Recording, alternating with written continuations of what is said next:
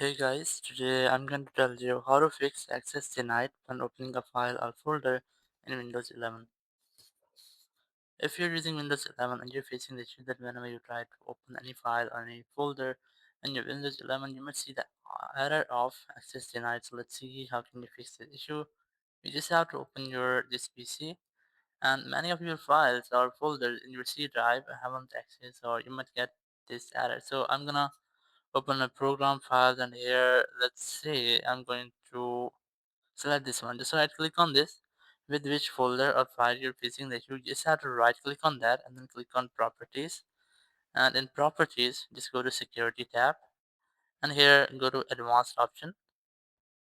Now here you will see the owner, so you just have to click on change, and then just click on object types, and here you just have to deselect all. You have to only select this users, then click OK. And now you just have to click on advanced again, then click on find now. Now here you will see your users, so I'm gonna select this one. This is my personal login, so then click on OK.